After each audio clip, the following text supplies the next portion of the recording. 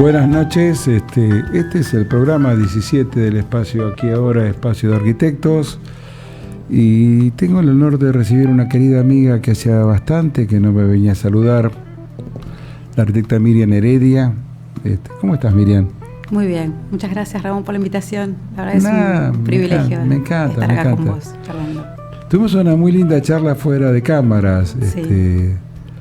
Bueno, vos sabés cómo es el programa. Acá el programa sos vos. Yo te pregunto alguna cosa, te aporto algún temita o te tiro alguna punta. Sé que sos hincha de Huracán.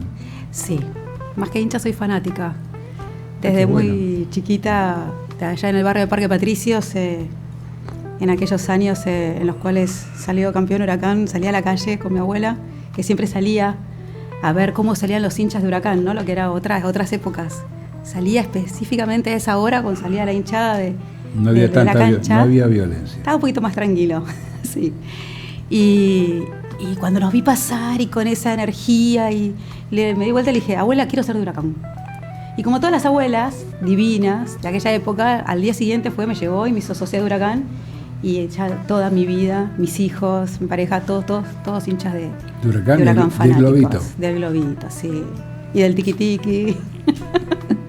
Sufrimos bastante ahora, pero ya vamos a mejorar. Bueno, vos sabés que yo soy hincha de un club chico, o grande, como quieras, es Platense.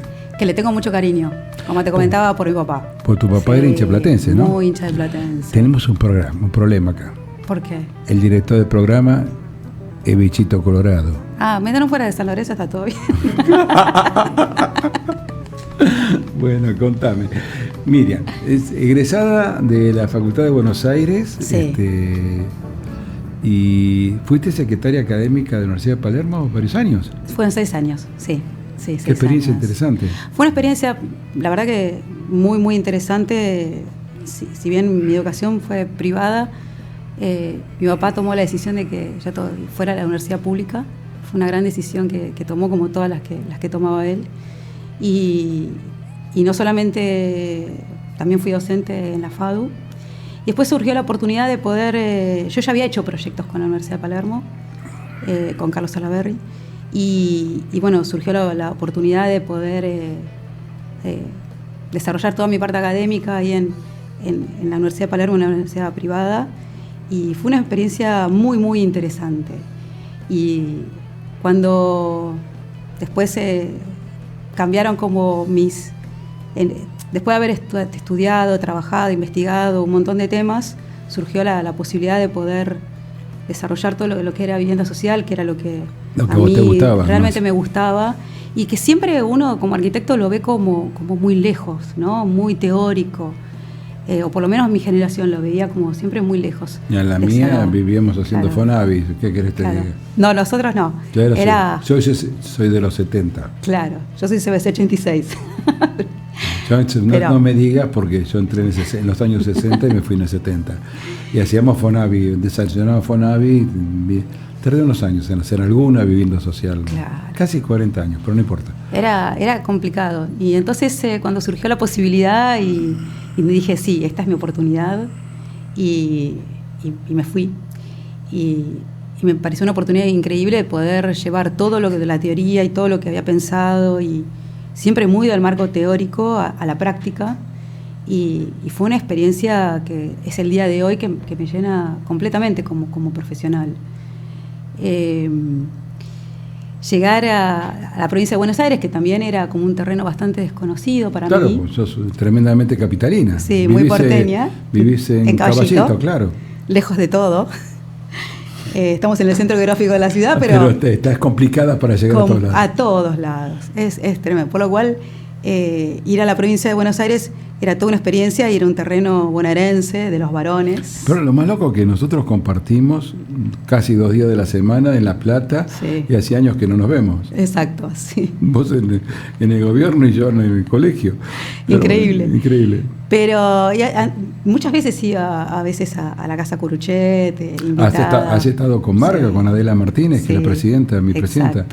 Y entonces, de pronto, yo siempre hago el chiste de ser porteña, mujer, rubia, en un ámbito muy, muy de varones, y fue como un desafío sumamente interesante.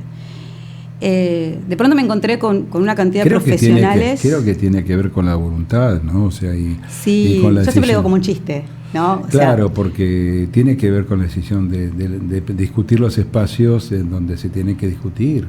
Sí, y yo me encontré con una cantidad de profesionales Tómate el cafecito, increíbles. Sí, que hace frío. Se nos rompió la estufa, pido disculpas. No, está todo bien, me vine abrigada porque hoy fue particularmente frío el día. Y me encontré con un grupo de profesionales, pero increíbles, que yo no sabía que tenían esa calidad profesional. En el Instituto de la Vivienda, por ejemplo. Exacto, el Instituto de la Vivienda. Sí.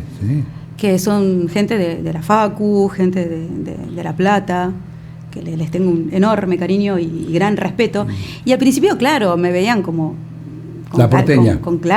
Era la porteña. ¿Y qué viene a hacer acá? Que no era la locomotora, digamos. No, y encima venía de una universidad privada, o sea, estaba todo mal. O sea, entonces pero tiene una gran escuela de arquitectura y una calidad de arquitectos impresionante los platenses. Sí. Muy buenos. Y la verdad que tuve la oportunidad de conocerlos, y fue una construcción, ¿no? Es una construcción de que me conozcan, de conocerlos, de ir como todos estos prejuicios que a veces tenemos todos, se fueron allanando, y hicimos un equipo de trabajo del cual hoy yo me siento recontra orgullosa, porque hicimos cosas recontra lindas, con una gente con una capacidad gigante, y sobre todo con mucho entusiasmo, sintiendo la vivienda social y sintiendo que el tema que estábamos tocando era un tema tan sensible. Hiperdelicado. Muy, muy delicado. Yo siempre, cuando empecé a trabajar y a investigar y empezamos a tratar de cuantificar, ¿no? Porque a veces uno toma escala de las cosas cuando las cuantifica. Y empezamos a hacer relevamientos, y hubo un número que a mí me impactó muchísimo, ¿no? Uno era que Argentina tiene 4 millones de déficit en vivienda, 1,5 millones en la provincia de Buenos Aires, y que el déficit cuantitativo en la provincia de Buenos Aires, el crítico, es de 171.000 al año 2010, ¿no? Y que al presupuesto que siempre se le asigna a la vivienda, se iba a tardar más o menos 148 años en poder cubrir ese déficit. Por lo cual estábamos con un problema. Si no hay crecimiento vegetativo. Sin el crecimiento vegetativo, sin el cualitativo, sin el hacinamiento. Claro. O sea, yo tomé un número solamente para tomar la escala. Hay algo que una vez un arquitecto que admiro mucho, que se llama Cayo de Berman, de Big, me dijo, es difícil ser sustentable, porque todo tiene que ver con todo. Escucho, a veces me voy mucho y él me dijo, nosotros no tomamos conciencia, ¿no?, del cambio climático, ni las energías, y dice, hay que poner en la luz, cuando uno baja y sube el interruptor de luz, un marcador que diga lo que uno va gastando. Y esa es la única manera, cuantificadamente, de generar que conducta. Uno toma conciencia. Entonces a mí este número, saltando las diferencias y y las culturas. Kai es alemán y trabaja en un estudio danés y vive en Estados Unidos, pero es muy amante de la Argentina. Este número a mí me impactó muchísimo y es como que me hizo tomar mucha más conciencia de la que ya tenía. Y pero además siempre fue un tema que te interesó. Me interesó y me sensibilizó muchísimo y ahí empecé a decir, bueno, algo hay que hacer. Hagámoslo, de todos los lugares, de donde estemos. Hay algo interesante. Yo quiero ver un archivito que te pesquisé. ¿Podés mostrarme algún poquito de obras? Sigamos, no es ese. El que sigue, por favor. El Retiro. Sí, pero que no, esto es otro. Dale, sigamos.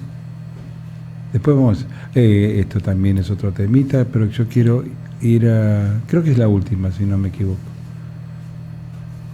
Esa. ¿La puedes agrandar, sí, por favor, Jorge? Estas son viviendas en el Tigre, en un... Sí, una ecovilla, me dijiste que es. Sí, es una ecovilla. Ese es un conjunto de viviendas de fin de semana. Esto no tiene nada que ver con la vivienda social. Claro. Tiene y no tiene que ver. Yo podría discrepar porque todas las viviendas son sociales, pero estamos en una polémica de arquitectos. Pero lo que quiero plantear es lo siguiente, porque cuando hablamos, y a mí me hablan de villa, desde mi punto de vista ideológico, ya sé de que me estoy apuntando a un determinado, pero esto en realidad es una ecovilla como villa para vivir, digámoslo así, como una tercer casa. Esta era una tercer casa, sí, era como un refugio. Jorgito, ¿me podrás hacer un primer plano o no puedes agrandarlo más? ¿No? ¿Es el máximo? En medio de la naturaleza, y fue ya hace unos cuantos años, ¿no? Mucho antes de que entrara... Tenés la desgracia que hay uno de Tigre acá atrás tuyo, ¿viste? Que es un arquitecto que vino a ver el programa, pero bueno. Espero que le guste. Pero sí, bueno, se trataba de hacer algo amigable con la naturaleza, vivienda sobre palafito, con vivienda industrializada. Después desarrollamos mucho el tema de la vivienda industrializada. Lo que te quería decir es lo siguiente, estuvimos hablando, yo te pregunté si había una losa, algo así, me dijiste no, que era todo madera. Sí, en principio era todo con madera. Y la cubierta de chapa. Sí. O sea que básicamente tenemos un esquema donde tenemos un dormitorio principal. ¿Dos dormitorios? Estoy viendo la planta de la derecha, un dormitorio principal, dormitorio de los chicos. Lo que está en el medio como isla sería el baño, ¿puede ser? Sí, el baño y la cocina. Y la cocina de dos para este lado. O sea, es una planta tremendamente simple. Sencilla. ¿En qué superficie resolviste esto, Miriam? Esto creo que eran 55 metros. Está bien, está muy linda. Era simplemente un refugio donde tener lo mínimo indispensable para mucha gente. Esto no es lo mínimo indispensable, es más, pero para tener un contacto con la naturaleza y desconectarse de la locura del día a día, así como lo habíamos planteado, y con un paisaje que era realmente exultante. Bueno, Tigre es hermoso. Es hermoso. Tigre es hermoso. La única forma de llegar era... Y el delta es hermoso. Claro, era llegar con bote, por lo cual tuvimos que pensar toda la logística y que todos estos paneles fueran prearmados en esas chatas gigantes. ¿Cómo lo planteaste? ¿Cuál es la resolución? ¿Prefabricado? Sí, steel frame, sí. Steel frame. En realidad se puede hacer tanto steel frame como balloon frame, pero lo habíamos planteado de steel frame. Y había que pensar todo, porque en los costos, o sea, qué pasaba si subía el agua, que sea lo más sustentable posible. Y bueno, nos gustó bastante. ¿Y te jugaste al palafito? Sí, en esta... yo creo que me empecé a tratar de indagar mucho el tema de la cultura del palafito. Porque hubieran hecho algo de hormigón y después hubieran ubicado algo, pero sí, te jugaste a lo más tradicional del Delta. A lo más tradicional del Delta. Yo creo que yo de pronto me encontré después con cantidades de conjuntos que están a la vera del río, ¿no? Y a veces lo que se hace, o se hacía históricamente, era hacer alteos, que es subir la tierra, que es subir el piso. Y me parecía como bastante incongruente. Estás alterando la geografía natural. Exactamente. Entonces cuando yo bueno, eso pasa en toda la provincia de Buenos Aires, pero... Sí, pero en este lugar casi es... hay una resistencia, yo conozco el tema isleño. Sí, gracias a Dios, la cultura isleña es la que permite esto, pero claro, en otros lugares donde tienen problemas con el agua de manera similar, es muy difícil proponerles el palafito cuando sería casi lo más lógico y lo más sustentable. Y lo hablamos muchísimo con los profesionales, incluso en el instituto. ¿Qué vida útil tendrá un palafito? ¿Tenés idea de eso? No, la verdad que no. Tenemos al arquitecto Horacio. ¿Cuánto, Luis? 400. 400 años. Mi abuelo tenía 100 y estaba impecable. Bueno, ya nos contestó de afuera. Sí, lo que pasa es que mi concepto sobre lo que es durable y lo que no es durable es bastante discutible, ¿no? O sea, yo siempre digo que el mundo tiene como 1.500 millones de años, ya se extinguieron cinco poblaciones en la Tierra, y en realidad uno cuando siempre piensa esto es muy durable es porque lo piensa a escala humana, ¿no? De lo que puede vivir un hombre. Pero lo que te está hablando en tiempo claro, en términos del término de vida, de materiales. Sí, de materiales. Y entonces... Estoy hablando en términos de vida útil, concretamente. Exacto, sí. Entonces, bueno, porque yo me empecé a reformular una cantidad de cuestiones con Notre Dame, o sea, porque en realidad la arquitectura todo tiene que ver con todo. Y entonces empecé a decir yo, ¿qué es durable? ¿Qué no es durable? ¿Por qué nos preocupamos tanto porque Notre Dame siga en pie? ¿O qué es lo que nos sensibiliza tanto de que algo suceda, que va a suceder? Porque en algún momento en el planeta todo va a desaparecer y se van a generar cosas nuevas, si Dios quiere, y conservamos nuestro planeta. Entonces empecé a pensar y a reformularme qué es permanente y qué no. Y entonces todo tiene una escala de tiempo y hay que resolver temas aquí y ahora. O sea que el 20 de septiembre vas a estar desfilando, ¿no? ¿Por?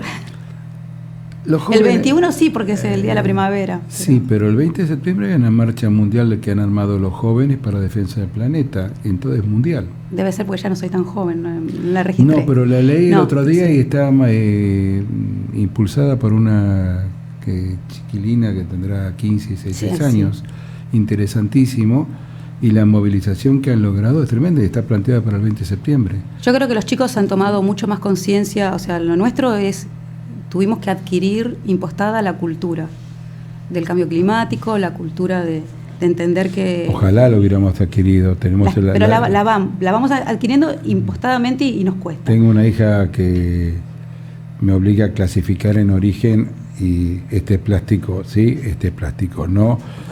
Ya tengo como 4 tachos distintos en casa porque no se me ocurra poner orgánico dentro de lo... Bueno, mejor toquemos el tema, pero bueno, me parece correctísimo. Es que los chicos ya nacieron con esto. Y esto para reforzar tu idea, a mí me encanta porque Toto, que siempre hablo de Toto pobre, pero que es mi hijo más chico, que también estudia arquitectura, él iba atrás, mamá, apaga la luz. Hay una cosita que hablando de Toto, ¿puedes mostrarme otra fotito que anda por ahí? Puede ser, ahora te digo, Jorge. Hay una que tiene no, esa no. Una que tiene un prisma, este era el ambiente de la calle. ¿Esto fue Casa Foa? Esto fue Casa Foa. Dale, contame de ese cubículo, y esto era de Toto. Esto era, sí, Toto no lo debería decir, pero sí, Toto vino y fue muy inspirado en él. Los hijos son, yo qué sé, son el motor de la vida de uno. Pero esto lo hice con Francisco Milia, un amigo de toda mi vida, que lo adoro, a él y a su esposa, y con Víctor de la Vecchia. Nos pusimos los tres a hacer, estábamos cada uno a lo suyo y yo investigando mucho el tema de la vivienda, ellos también, es una temática, y empezamos a pensar en que queríamos hacer un dormitorio para millennials con un dispositivo de habitar. Definamos millennials porque tiene, a ver, yo vuelvo a las clases de comunicación, significado y significante. Entonces, para que el significante de los que te están escuchando sea el mismo significado que queremos decir nosotros, porque cada uno tiene una versión distinta de qué es un millennials. A ver. No, sí, lo que pasa es que acá me agarras en Orsay. Pero, bueno, no me acuerdo exactamente no importa, cada uno tiene, no me importa, está estipulado, pero esto era para un chico de 20 años. Bien, eso, yo quiero definir, sí. Somos colegas, somos amigos, nos queremos hace muchos años. ¿Cuál es el millennials? Porque si no, lo dejamos así, queda en el... No, esto es para un adolescente o un posadolescente. Sí. Viste que los adolescentes se van alargando. Sí, pero, sí, hay adolescentes de 30 años que todavía no se han dado cuenta de una cantidad de cosas. De hecho, mis hijos decían, che, soy yo millennial o sos vos, ¿no? Porque tengo los dos y uno más grande que el otro, entonces, no, esto es para Tommy, que tiene 20 años. Pensá lo siguiente, que Ramón a los 24 años era arquitecto, estaba casado y tenía una hija. Eso era una sociedad. Yo también. Había una sociedad con una cantidad de responsabilidades. Hoy, olvídate. Bueno, a mí me pasó exactamente lo mismo. Claro. Yo ya lo tenía a Cristian de un añito. Entonces, sí, es distinto a lo que uno... A lo que ves hoy. A lo que que no está mal ni bien, son distintos momentos y aparte tiempo. porque, bueno, a mí me tocó de esa manera. Me tocó conocer a mi pareja cuando yo tenía 16 años y se dio de esa manera. No sé, podría haber sido de otra. Es la que me tocó y estuvo buenísima. Y tenerlo... Pero la sociedad que, no sé, vos sos mucho más joven que yo, pero la sociedad en la cual uno se desarrollaba, vivía y actuaba, había como códigos muy claros, sobre todo en el mundo del varón, Sí. De las responsabilidades. Sí, totalmente. Sí. Yo quiero ir al millennial que estábamos charlando porque me encantó La Casa de Totó, lo voy a llamar así a esto, dale. Pero que me perdone tu hijo, que me parece re simpático. Este es un prisma metido dentro de un hábitat, ¿sí? Claro. Contámelo, dale, contámelo. Que es una lindo. Caja de vidrio blanca con estas aberturas que le da cierta privacidad y todo pasa, el vivir pasa dentro de la caja. O sea, esta es la casa del pibe, digamos, por así. De alguna manera sí, es su hábitat. Es su hábitat. Su hábitat, porque muchos de estos chicos viven con sus papás, como me pasa a mí. Y entonces a veces la privacidad es algo que es complicado. Y además, yo siempre digo que cuando yo era chica, la habitación era para dormir y a lo sumo para estudiar. A ver, ¿no? Si vos me decís que yo te recuerdo la mía, tenía una cama cucheta que mi hermano, que es marino, se fue cuando fue a la escuela naval y después siguió ese lado y quedó la cucheta de abajo vacía. El placar, que no era placar empotrado, era placar, de los viejos placar de Marchi, sí. ¿tá? Y me entraba el tablero nada más. Exacto. Y se terminaba mi habitación. Sí. Y además... Y hoy los chicos tienen otro planteo, a ver, contame. No, el tema porque la habitación sigue siendo casi la misma, es un 3x3, sí, de acuerdo. Una habitación estándar. Y había 2 tomas. O sea, o 3. Se comía en el comedor. Claro. Capaz que había un lugar para estudiar y había una tele en toda la casa, ¿no? Entonces íbamos todos juntos, en familia, a ver la tele al living. Y los amigos se recibían en el living, ¿no? Y hoy, nuestro divertimento era, por ejemplo, a mí me tocaba ir a Ferro, pero encontrarme con mis amigos capaz era afuera. O sea, tenés una contradicción, ¿no? Porque no fuiste hincha de Ferro, pero vivís en Caballito, ¿no? Exacto, sí. Pero bueno, todos mis amigos eran de Ferro. Y vos de Huracán. Y yo de Huracán, pero fanática. Me iba de Ferro a la cancha de Huracán. Eso lo seguía haciendo durante muchos años. ¿Sos de ir a la cancha? Sí, muchos años. El tiki-tiki no me perdí un solo partido. De capa a ninguno. Es más, terminaba la facu, vestida de facu, con botas, cosas, y el otro me subía al subte H y me iba al Ducó, así como estaba. Y tengo una anécdota, ¿puedo contar una anécdota? Este programa es suyo, señora. Tengo una anécdota de que un señor le dijo a mi hijo, Tommy, que es un chico así como persistente, le va a ir bien por eso, porque trabaja mucho y es insistidor, como buen quemero. Entonces le habían dicho, te vamos a llevar a la cancha para que entres con los jugadores. Y justo, Huracán estaba a casi una fecha de la última fecha del campeonato, que fue subcampeón. Y entonces le dijeron esto y dijo, bueno, mamá, quiero ir. Pasó algo, que ahora no recuerdo exactamente qué es, y prohibieron entrar a los niños al campo de juego cuando eran los partidos. Y Toto lloraba. Pobrecito. Le había hecho toda la ilusión. Y yo me acuerdo que un día le digo, mira, llamá a ver si están entrenando en la quemita y te llevo a la quemita. Y los ves, aunque sea los ves ahí antes del partido. Y entonces llama y yo tenía una reunión en Cancillería Argentina. Yo qué sé, tipo 12 del mediodía. Entonces dice, no lo van a llevar a la quemita porque hay demasiados periodistas, van a entrenar en el Palacio Duco. Poca gente sabe, pero se va a trasladar ahí por el tema de los periodistas. Entonces yo dije, mira, Toto, ponete la remera, todo lo del colegio, te subo al auto, te llevo, entrás, los ves, te llevo al colegio y me voy a Cancillería. No tenía tiempo ni de pasar por mi casa a cambiarme, o sea que estaba vestida con trajecito negro, bien para ir a Cancillería Argentina. Y voy al Palacio de Uco con Toto vestido de colegio y de colegio privado, se notaba. Entonces golpeo la puerta, un señor me abre y me dice, sí, no, quiero que mi hijo está muy triste porque quiere ver a los jugadores. Me dice, pase. Entonces pasamos los dos, había poca gente, empezaron a salir los jugadores, yo con la camiseta, el nene, la cámara de fotos, y me dicen, mira, por acá salen los jugadores. Está cada uno en lo suyo porque estaba a punto de capaz de ser campeón o no ser campeón. Entonces sale uno y me firma la camiseta, todo bien, sale otro, le doy la camiseta, me firma. Ahí entiendan que a veces ver a un jugador en la cancha, a verlo en persona, es distinto. Es distinto, no lo reconocía tanto. Entonces un señor me llama y me dice, ¿qué haces? Le digo, no, el jugador está haciendo que me firme la camiseta del nene. Me dice, es el aerolitilero, me dice. Bueno. Entonces me dice, yo te voy a levantar la mano cada vez que salga un jugador. Y ahí sí, Toto se sacó la foto con Pastor, con Monzón, con todos los jugadores de aquella época que eran maravillosos. Y así como estábamos, los llevé, los subí, Toto no podía ni hablar. Yo digo, ¿qué te pasa? ¿Por qué no sonríes en las fotos? Me dice, si sonrío me pongo a llorar, me dice. Entonces me lo llevé al colegio con su camiseta. Jamás te imaginé tan futbolera. Y me fui a Cancillería Argentina a mi reunión. Y tiene todas sus fotitos. Sí, soy muy, muy. Ahora no tenemos mucho para festejar, pero bueno. Yo casi me siento como con la selección argentina, es como... Nada, es la misma sensación.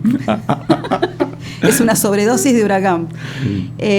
¿Volvemos sí. al cuarto de Totó? Sí, entonces ahí le falta, no me dejó llevar el cuadro de Huracán, no me hubieran permitido tampoco en Foga. Pero bueno, toda esta... O sea, ese vano que yo veo algo detrás, sí, es un vano que te permite ver o un televisor o algún...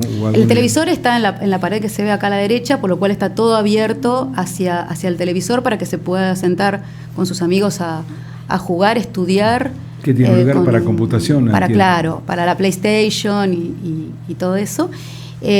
Arriba está la cama, que se sube. O sea, tiene como un segundo nivel. ¿Y por dónde se sube? Se sube por el costado que no se ve. Pues justo por el otro lado. Y otra cosa que me parecía interesante, que, o sea, lo que sucede hoy, y que todavía el 3x3 no le da una respuesta a los chicos, porque los chicos reciben a sus amigos, están con su internet en red con el mundo. Con el mundo. A mí me impresiona porque yo saludo a todos sus amigos, pero no los veo, porque están todo el tiempo conectados. Entonces, che, Octi, ¿cómo estás? Es maravilloso. A veces comen en sus dormitorios. Y antes, por ejemplo, teníamos 2 tomas, ¿no? Porque ni la tele estaba. Hoy un chico necesita 18 tomas, mínimo, para poder conectar todo lo que tenemos. La tele, la PlayStation, la impresora, sí, el celular, la tablet, y empezás a sumar, y entonces empiezan esas zapatillas interminables, ¿no?, que están absolutamente prohibidas, y nosotros empezamos a incorporarle toda como la nueva forma de habitar estos espacios con una privacidad. ¿Ves? La cama, en la de abajo se ve la cama arriba. Sí. Y que sea un lugar que realmente se sienta cómodo. Con la computadora en la parte de allá, si se tenía que sentar en un escritorio para poder escribir, y la verdad fue una experiencia sumamente interesante. ¿Y qué pasó cuando tu hijo fue a este lugar en términos fácticos o en términos vivenciales? Realmente se sintió como muy cómodo. Dice, la verdad, mamá, me gusta un montón. Me dice, no me lo puedes hacer en casa. Le digo, no, todavía es chico el ambiente para poder hacerte.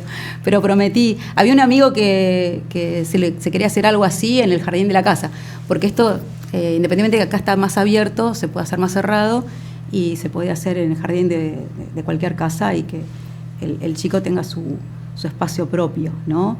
A ver, hay otra cosa que me encanta, porque te aclaro que ya pasó la mitad del programa. No. Podemos ir a una otra foto. Pásame, por favor, Jorge, si sos tan amable. No, esta no. Después volvamos a esta que quiero que me las cuentes. Más. Hay una que en planteo urbano... A mí la que más me gusta es el planteo urbano del Retiro. Esto también es Casa Foga, ¿no? Esto es Casa Foga, es un premio que sacamos con Víctor de la Vecchia. Eran 2 baños públicos ahí en Cabrera. Todo el techo son cadenitas y lo que tratábamos, que era como una lluvia, ¿no? Tratábamos a nuestra manera de concientizar en el uso responsable del agua. Jugamos con muchos materiales, fue una experiencia increíble.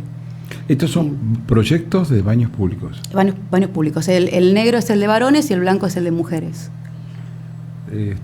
Pasemos a otro, por favor. ¿Podemos pasar al del retiro? ¿Este? No. Al anterior.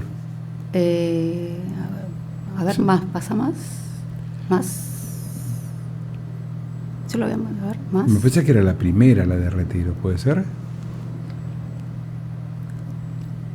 Es increíble porque otra más, a ver, tiene que estar. Este es Esteban Echeverría. Sí.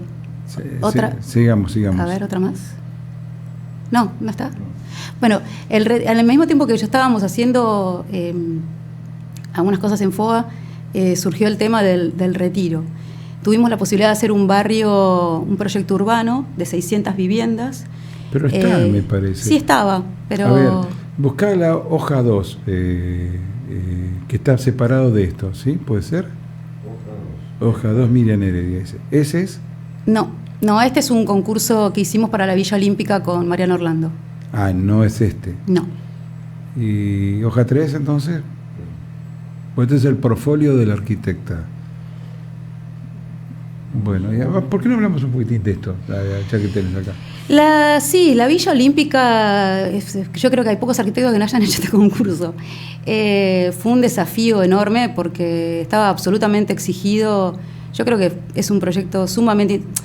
Yo también viví en algún momento en Mataderos y me pareció que la Comuna 8 era un área de oportunidad increíble donde, si bien había mucho espacio libre, no era público. Y la escala de público se perdía con muchos experimentos que se habían hecho en la parte sur de la ciudad, con indicadores bastante bajos, que en algún momento eran comparables con barrios de la provincia de Buenos Aires, ABC1, que cuando el desarrollador cae, lo transforma, y esto estaba dentro de la ciudad. El autódromo, y hace muchos años hicimos un workshop bastante interesante en la comuna de propuestas, cuando veíamos un poco lejos el poder intervenir en esta parte de la ciudad tan degradada. Y habíamos hecho en zona sur, en la zona sur, donde es Villa Lugano, Villa Riachuelo. Y entonces habíamos hecho con la maestría, con Gastón Revaliati, que hicimos otro concurso de un estadio para esta zona también. Hicimos una propuesta para Ciudad Oculta, que fue nuestro trabajo de la maestría, y cuando empezó a surgir todo el tema de la zona sur de Buenos Aires y empezaban a poner la vista, y más que la vista, los proyectos, nos parecía que teníamos que participar de este concurso que me parece paradigmático. Yo no sé si es un modelo replicable toda la intervención en el sur, pero sí creo que ha sido de un gran aporte para el sur de la ciudad, que realmente estaba muy desaprovechado, y espero que... Era una barrera invisible. Era una barrera invisible. Sí. Y cuando pasabas, de golpe te das cuenta que la barrera existía. Sí, a mí me pasaba que de pronto cuando uno caía, era así, era caer en esta parte, uno aceleraba con el auto, porque era muy inhóspito, o sea, no había ciudad, ¿no? Y entonces con todo este tipo de intervenciones lo que se hace es generar ciudad. Uh-huh. Y cuando se genera ciudad se genera movimiento, se genera seguridad. Obviamente que hay que trabajar mucho para la calidad de vida, que es algo que a mí es uno de los temas que está presente en cada uno de los trabajos que yo hago. Pero sí creo que la intervención es bastante acertada. Todavía hay que trabajarla mucho, pero a lo que yo conocí en mi primer trabajo, cuando Dani Becker participó del concurso de Mataderos, que lo estudié un montón, que lo ganaron los arquitectos Germani de La Plata. La propuesta para Mataderos, estamos hablando, pero hace muchísimos años. Recién ahora creo que se va a hacer algo con el Matadero, la veíamos como un área de oportunidad. A lo que se ve ahora, creo que es un avance bastante importante. Pero con la arquitectura y el urbanismo es es prueba y error, ¿no? Podemos hablar de Esteban Echeverría porque hablábamos de los espacios públicos carentes en la zona sur y había un paralelo con estos temas urbanos sobre Esteban Echeverría. Sí. Había una planta urbana que pasaste hace un ratito, Jorge. Discúlpame que vaya en un ping-pong porque la arquitecta tiene muchas dificultades para hablar, claro, sí. Entonces me va a una velocidad que de golpe no la... Digamos, otra, por favor. Esa. Esto es Esteban Echeverría. Esto es Esteban Echeverría. Sí, esto surge un poco con la maestría de diseño arquitectónico avanzada de la UBA. ¿Con Jujo fue esa? Con Jujo, sí. Fue Estuvo acá, fue mi segundo programa, no sabe lo que fue ese programa. Jujo es impresionante y tuve como el privilegio, el honor de casi un año estar sentada con él en la maestría y que fuera nuestro profesor. Eso creo que, nada, me marcó. ¿Sabés quién te precedió el programa anterior, no? Flora Matiola. Flora, sí.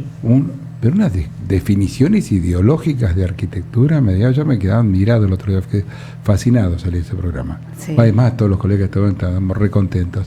Bueno, arquitecta, sigamos a ver. Y entonces surgió, empecé con el trabajo analizando Liebig en la provincia de Entre Ríos, y desarrollar todo el tema del agua por el cambio climático, las inundaciones, la suba de las aguas. Siempre como que el agua es un tema recurrente en todas las cosas que propongo. En el barrio del Retiro, que es el que me gusta, también hay un hilo de agua que rescatamos.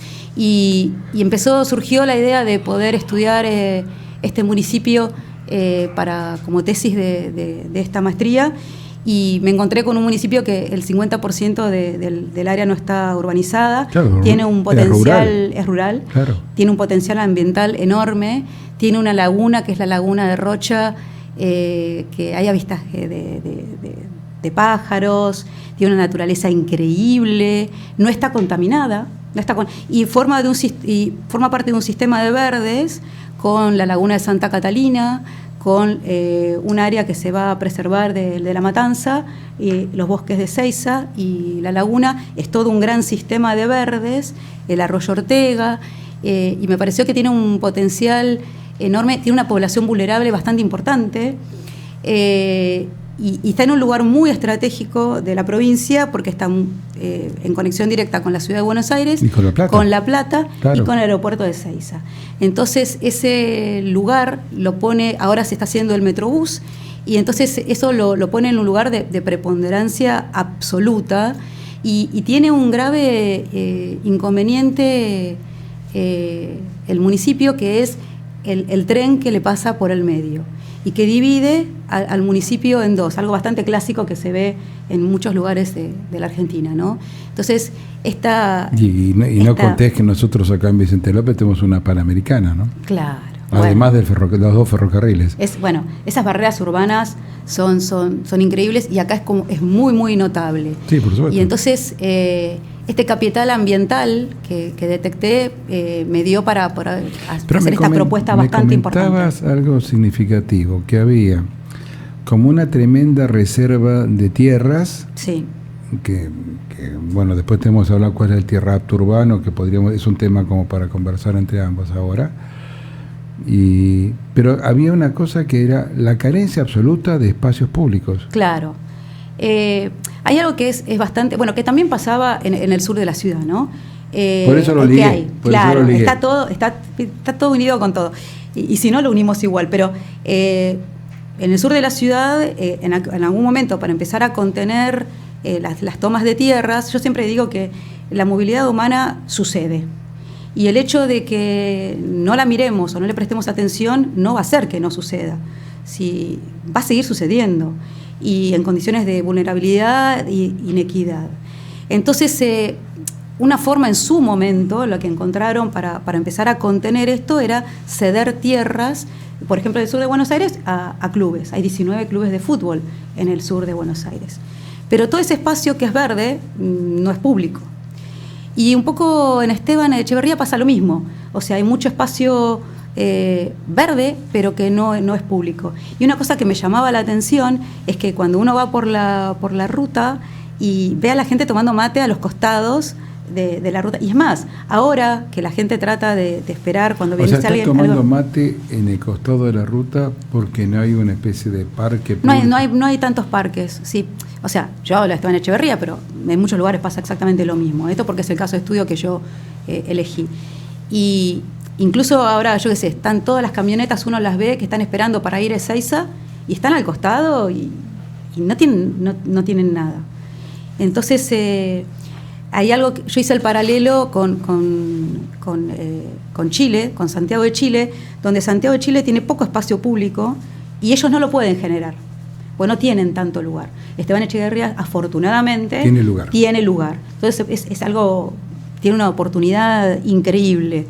Entonces, en Santiago tienen un cerro, que es el Cerro San Cristóbal, y que cuando yo me ponía a hablar con David Basulto y David Azael, ellos decían, no tenemos espacio público, no tomamos registro de que tenemos un cerro entero.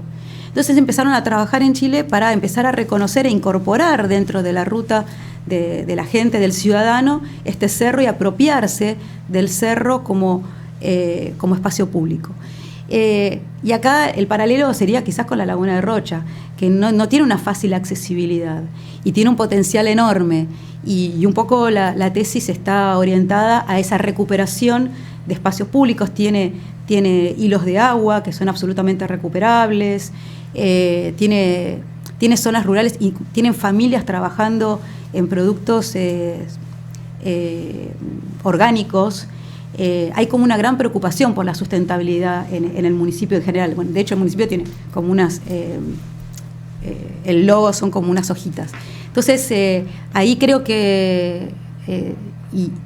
y lo que hablábamos antes, hay bastante población vulnerable y creo que con algunas acciones se pueden hacer realmente acciones que sean contundentes para mejorar la calidad de vida de la gente, ¿no? Y este espacio público, empezar a abrirlo y que la gente empiece a caminar más las calles, empiece a correr, empiece a tener estos lugares de expansión que la verdad que los necesitamos Esto todos. Forma parte de tu proyecto... De maestría. De tu tesis, digamos. De maestría, exacto. Sí. Bueno, háblame de un temita menor, porque yo sé que todo esto te encanta el urbanismo, te encanta todo eso. Vivienda social. Tema que compartimos ambos. Totalmente, y que sí. es un tema caro a nuestros ambos afectos. Acceso justo al hábitat. Sí. Dale un pequeño detalle, te digo. Sí, bueno, la vivienda social, cuando empezamos en el Instituto de la Vivienda de la provincia de Buenos Aires, fue una experiencia increíble. Es como que uno ve las cosas de manera más real, ¿no? O sea, toma contacto con la realidad de una manera que a veces era difícil volver a casa con toda esta carga de lo que estábamos tratando de hacer con los técnicos del instituto para la gente. Y nos encontramos, yo me encontré con determinadas cuestiones, ¿no? Lo que hablábamos hoy de la generación de suelo. Lo difícil que es la generación de suelo. Cuando hablábamos de las 171.000 viviendas que tiene la provincia de Buenos Aires de déficit cuantitativo, yo siempre digo que es algo increíble, porque si mañana viene un ovni y nos trae todo el dinero para poder hacer todas esas viviendas que se necesitan, no tenemos cuantificado cuál es el impacto ambiental que generaría construir todas esas viviendas. Entonces, estamos en un tema, en un desafío. Como dice Alejandro Aravena, si nosotros construyéramos todas las viviendas que necesita el mundo, necesitaríamos casi 2 mundos.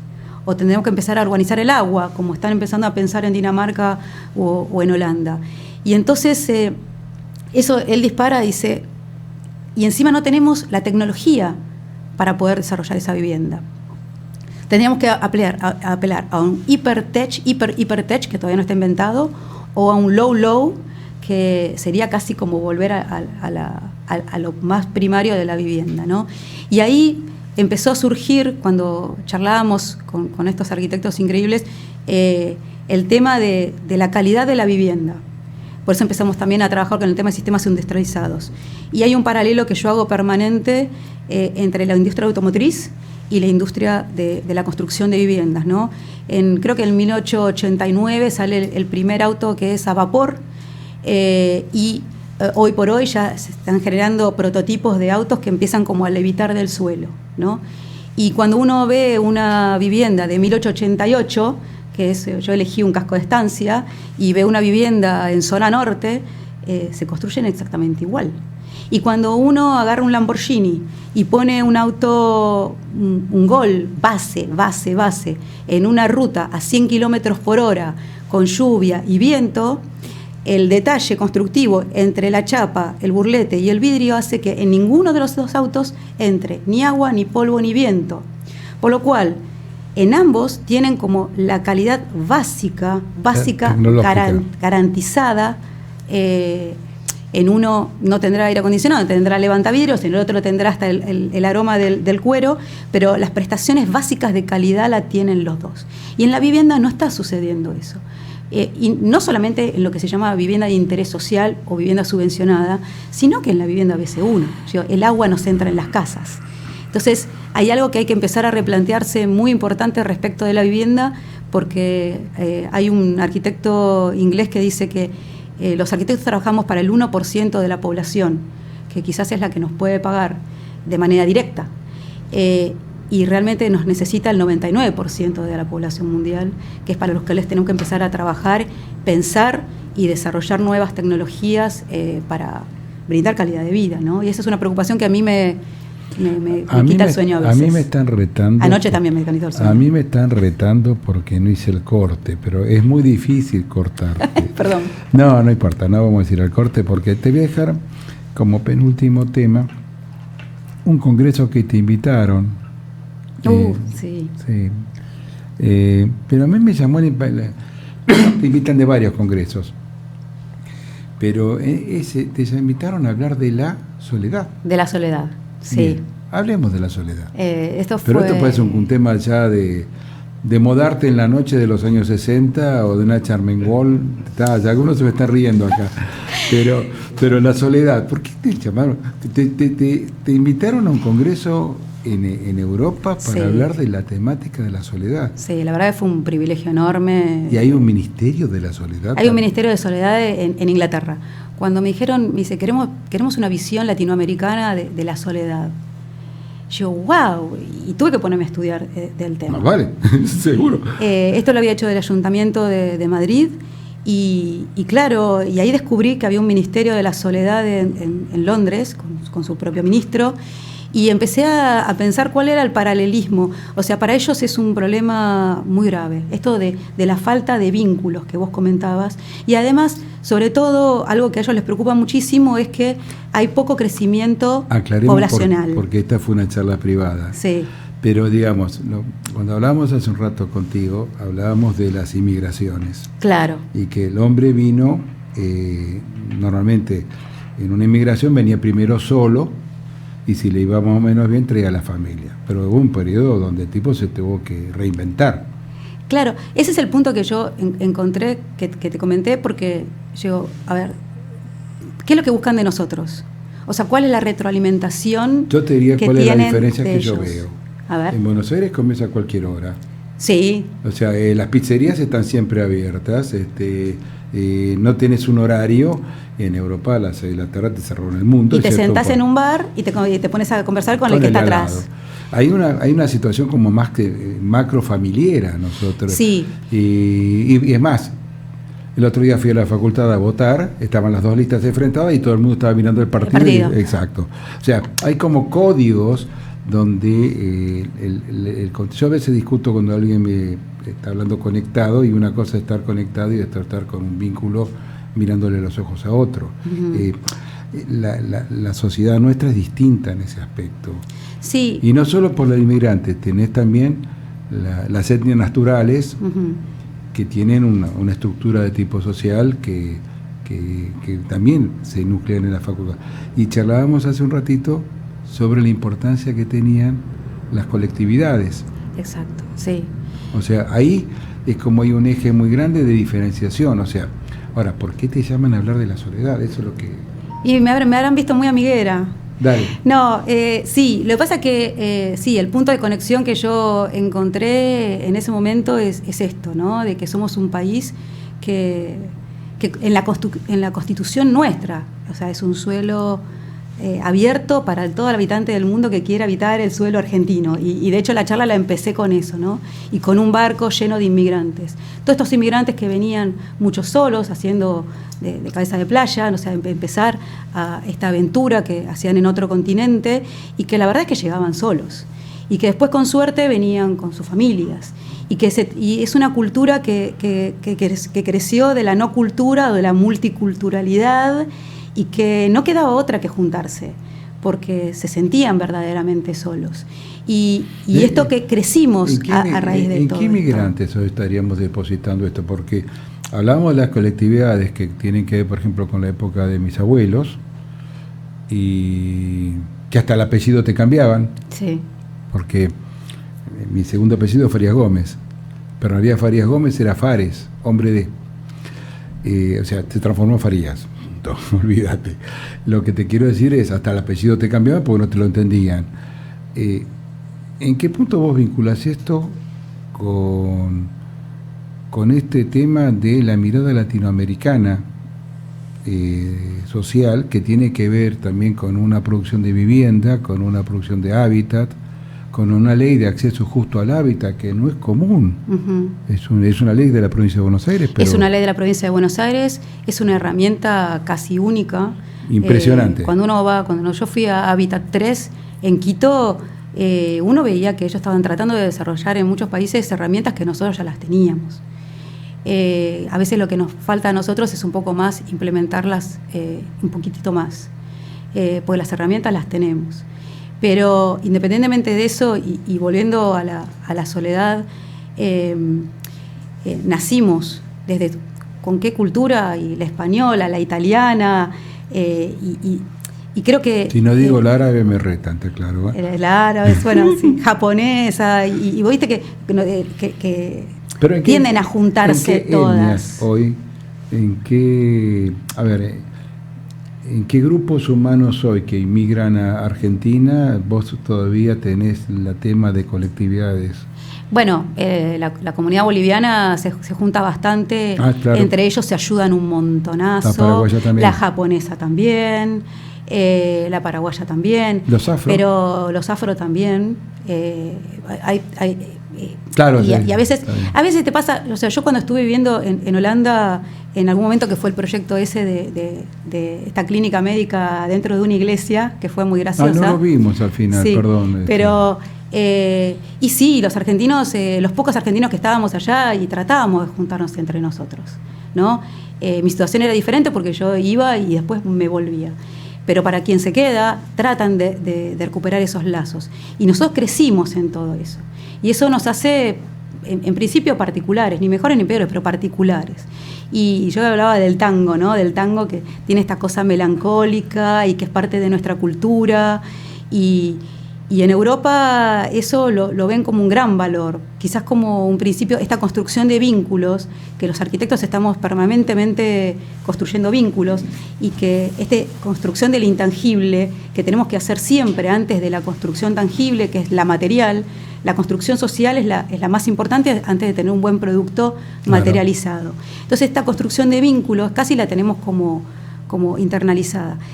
Para ellos como natural. Es natural, para ellos no, porque la han perdido el juntarse. Y hay otro tema, el crecimiento poblacional es muy bajo, la expectativa de vida cada vez es más alta, y las poblaciones que más solas están son las poblaciones más grandes. Entonces a veces ahí se une con la arquitectura, porque ¿Y muchas... por eso tienen un ministerio? En Inglaterra sí.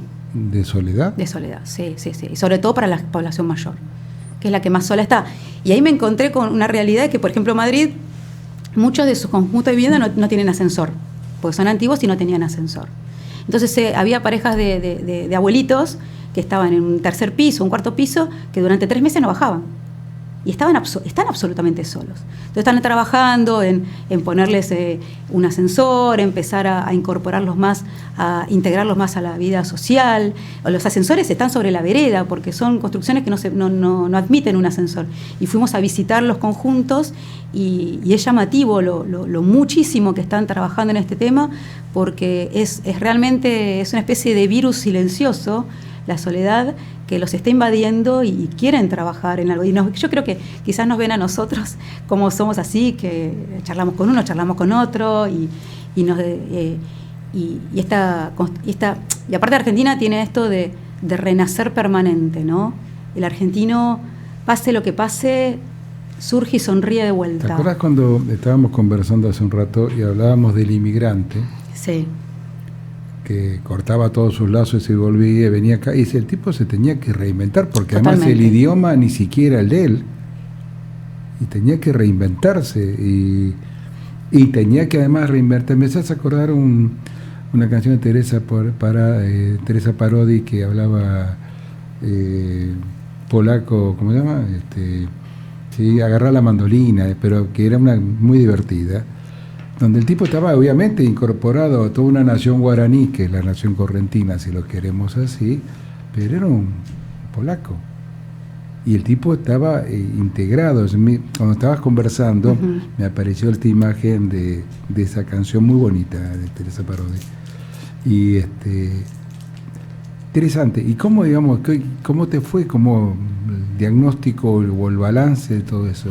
La verdad fue muy interesante porque aparte tuvo una anécdota graciosa, ¿no? De que yo tenía que hacer mi presentación en estos lugares así muy grandes, y empiezo a pasar mi presentación y me aparece un cartelito de Low Bat. Esto habla mucho de nosotros, por eso lo cuento.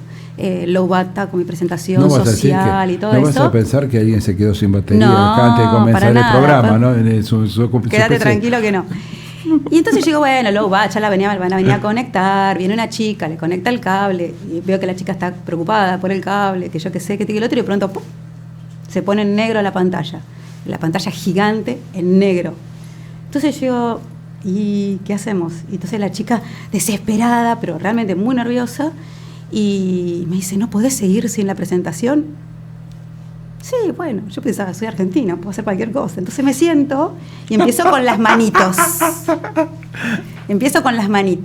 Porque esto así, el conjunto de vivienda y la vivienda por acá, y la vivienda para ancianos, porque hicimos un conjunto para edad mayor, y se entra por acá. Parecía un estudiante de arquitectura, ¿viste? Que los estudiantes de arquitectura hablan mucho con las manos.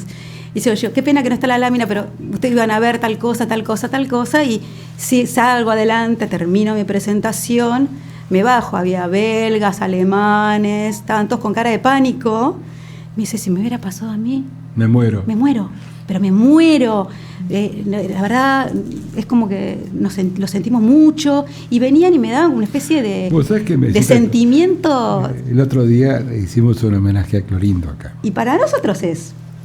Me hiciste acordar esta anécdota, porque estaba Juancito Fontana ahí, que adoro, y un gran amigo mío que es Jorge Moscato. Y Jorge contaba que tenían que dar con Clorindo, no sé si es en Alitela, en algún lugar, una charla.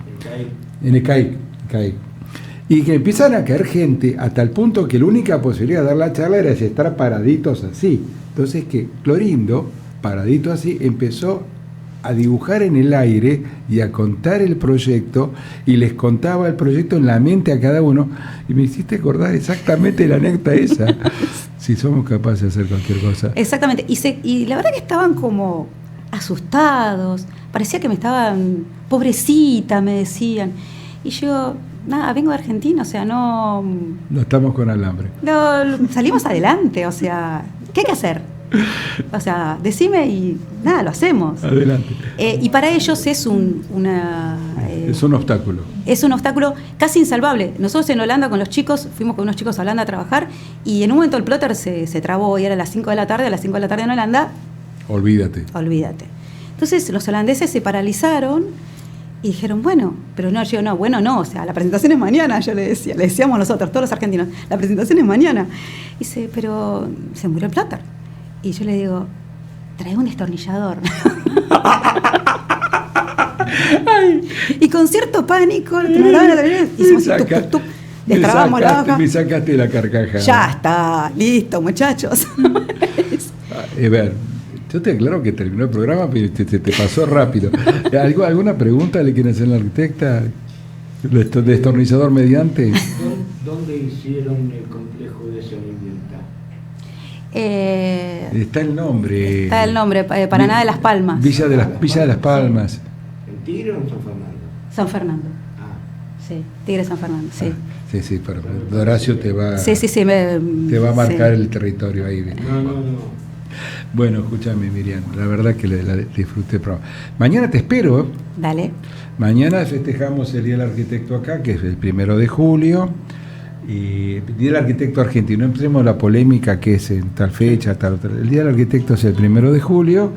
Y mañana va a haber 3 patas de perniles de cerdo, se dice. Qué maravilla. Patas de chancho vamos a hacer acá. Y vamos a tener unos 150 arquitectos pasándola bien. Y como hablamos los vínculos familiares, te voy a sentar en una mesa con varios cuervos de San Lorenzo. No, por favor. Me persiguen. Miguel Jurado, Carlos Salaberry. Walter Mercury acá, qué sé yo, Gustavo Barcia. Hay una que la hermana de Gustavo, que es una gran Rebequi, los conozco todos yo. Todos los arquitectos los tengo yo, los cuervos. Qué cosa, me persiguen. Espero que haya Pero son muy buenos amigos. Vamos antes de irnos, la revista del Colegio de Arquitectos. Muchísimas gracias. Esto es el Colegio Provincial. Y esto es un regalo del arquitecto Grabone y el Distrito 4. Es una carpetita y un pencil. Con lo que me gusta dibujar, me viene bárbaro. Bueno, Muchas gracias, Ramón, y a todos. Y nosotros seguimos dentro de 15 días con un querido amigo, muy buen arquitecto. El otro día estábamos charlando con él. Yo no sabía que Spinetta había estudiado arquitectura, había sido desde la primaria. Y Carlos Agresta me comentaba una cantidad, va a haber una cantidad de anécdotas que va a contar. Y le digo, che, ¿cuántas obras, cuántos edificios hiciste en los últimos 10 años? Sí, más o menos unos 14, dijo. Wow. Dije, bueno, vamos a tener a alguien que hable de horizontales con calidad. ¿Está? Recomiendo el programa a todos, va a ser el programa número 18. Increíble, una maravilla. Esto comenzó como una utopía que aquel loco me tuvo que convencer que lo hiciera. Gracias, Jorge Tazzoli. Y se la maneja solo porque el otro con pinche está con la pierna todavía mal. Gracias a todos, nos vemos en 15 días con Arquitecto Agresta. Gracias, Miriam Heredia. Gracias a todos. A los chicos que vinieron, que son los que están haciendo la pata de chancho para mañana. Ya. Nos vemos pronto. A mí que me dicen que tengo la sonrisa fácil. Pero bueno, es un placer tenerte acá. Y como última vez que viniste con otro amigo común, que era Agustín García Puga, que me debe todavía venir a tocar los rock acá. Y comprometelo ya. No, vos sabés que no le creo, porque es un político últimamente. Yo viste que yo soy un simple arquitecto que de eso no sé nada. Entonces, Agustín, un cariño grande para ti, pero esta te la debía. Bueno. Gracias, Miriam, por estar, y a mí me ha gustado mucho conversar contigo. Ha sido una dificultad tan grande tenés para hablar, querida. La pasé muy lindo, muy lindo. Bueno, a todos gracias por acompañarnos y adiós. Adiós.